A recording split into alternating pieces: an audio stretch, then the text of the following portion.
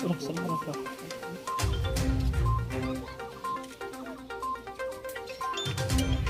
আণ্ডাৰত মুখ্যমন্ত্ৰীয়ে প্ৰতিটো সমষ্টিত ইনফ্ৰাষ্ট্ৰাকচাৰ ডেভেলপমেণ্টৰ কাৰণে 10 কোটি টকাকৈ মানে দিয়া হৈছিল আৰু ইয়াৰে এটা ব্ৰিজ এই গল্ডিং ৰিভাৰৰ ওপৰত বনোৱা হ'ল আৰু প্ৰায় মানে 25 মিটাৰমান দীৰ্ঘ আৰু এপ্ৰচটো লৈ পেলাই প্ৰায় 600-650 মান কাম হ'ব দীঘল কাম।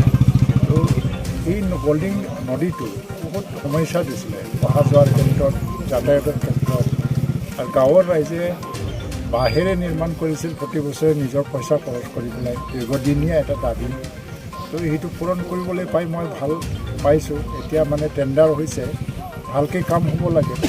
আৰু এনেকৈ মানে ডেকাডোঙতো এটা ব্ৰিজ দিয়া হ'ল আৰু এটা পটা নদীৰ ওপৰত দিয়া হ'ল। 3খন ব্ৰিজ এই বছৰত। নেক্সট ইয়াৰত কিমান আহে মই ক'ব নোৱাৰোঁ। এনেকৈ ইনফ্ৰাষ্ট্ৰাকচাৰ ডেভেলপমেণ্টৰ ক্ষেত্ৰত আমাক অগ্ৰাধিকাৰ দিছে। নাবাৰ্ড লোনৰ অধীনত এই পইচাটো দিয়া হ'ব। সেইকাৰণে ৰাইজক মোৰ আহ্বান যে যিখিনি সমস্যা আহি যায়, ৰাইজে চব মিলি পেলাই সমস্যাটো নোহোৱা কৰি দিব লাগিব আৰু ব্ৰিজখন যাতে ভাল হৈ যায়। যিজন কণ্ট্ৰাক্টৰে কাম কৰিব তাকোতো সুনিশ্চিত কৰিব লাগিব যাতে ব্ৰিজৰ মানে কোৱালিটিবিলাক বেয়া নহয়। চাপাগুৰিত কেইটামান ব্ৰিজ মই দেখিছোঁ। যোৱা 17টা বছৰত BPMৰ কাৰ্যকালত বহুতখিনি ডাঙৰ ব্ৰিজৰ প্ৰজেক্ট লোৱা হৈছিল স্পেচিয়েল পেকেজৰ অধীনত। কিন্তু তেওঁলোকে তত্বাৱধান ভালকৈ নোলোৱাৰ কাৰণে ব্ৰিজবিলাক ইনকমপ্লিট হৈ আছে। আৰু 3টামান ডাঙৰ ব্ৰিজ এনেকৈ আছে চাপাগুৰি সমষ্টিৰ অধীনত, যিটো মানে কণ্ট্ৰাক্টৰে কামটো সম্পূৰ্ণ নকৰিল। তাৰ কাৰণে আজি কাউন্সিলে ফৰক্ল'জ কৰিব লগা হৈছে কামটো, ব্যৱস্থা ল'ব লগা হ'ল এই কণ্ট্ৰাক্টৰবিলাকৰ এগেইনষ্টত। তো এইটো যাতে নহয়, ৰাইজৰ স্বাৰ্থৰ কাৰণে কৰিছে যেতিয়া এইটো যাতে ভালে কৰি দিয়ে, তাৰ কাৰণে মই আহ্বান জনাইছোঁ। কিমান কোটি টকাৰ পাছত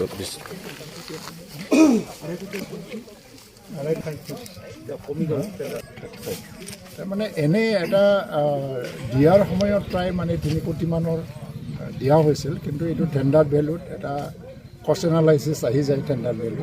সেইকাৰণে 2,35,00,000 টকাৰ এইটো কাম হ'ব।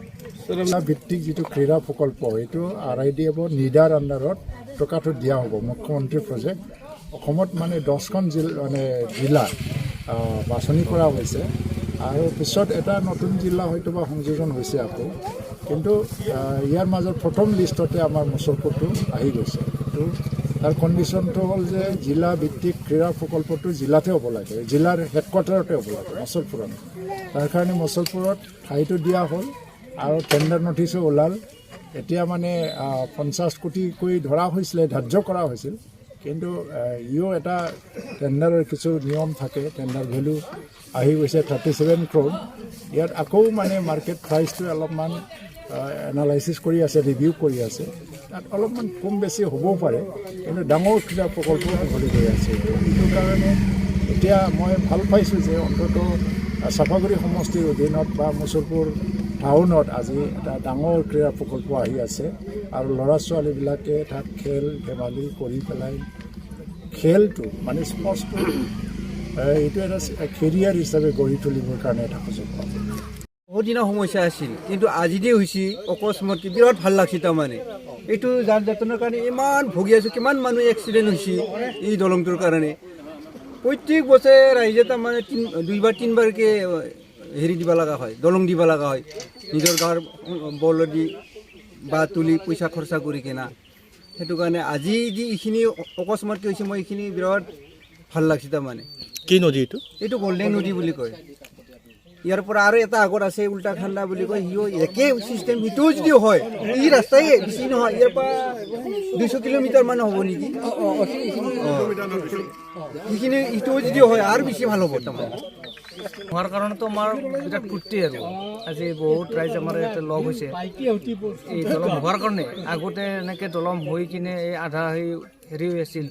তাৰপিছতো আজি মোটামুটি 20-25 বছৰে ধৰি আমি এই বাঁহৰ দলং দি বনবাৰী ৰাইজ, হাৰিভাঙা ৰাইজ, আমি এনেকৈ লগ লাগি, হাৰিভাঙা ৰাইজ বুলি ক'লে অলপ ভুল হ'ব মোৰ, আমি ইয়াত যোগাযোগ নকৰোঁ বেছি।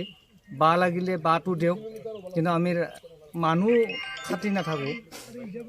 বনবাৰীৰ ৰাইজে তাহাৰ হেৰিৰ পৰা কিবা হাজিৰা দিয়ে বা কিবা কৰে, সেনেকৈ কামটো কৰে আৰু কিন্তু ইয়াতে বিৰাট প্ৰব্লেম আছিল এই প্ৰব্লেমটো এটা ছল্ভ হ'ব বুলি আমি আৰু বিৰাট বিশ্বাস থাকিল আৰু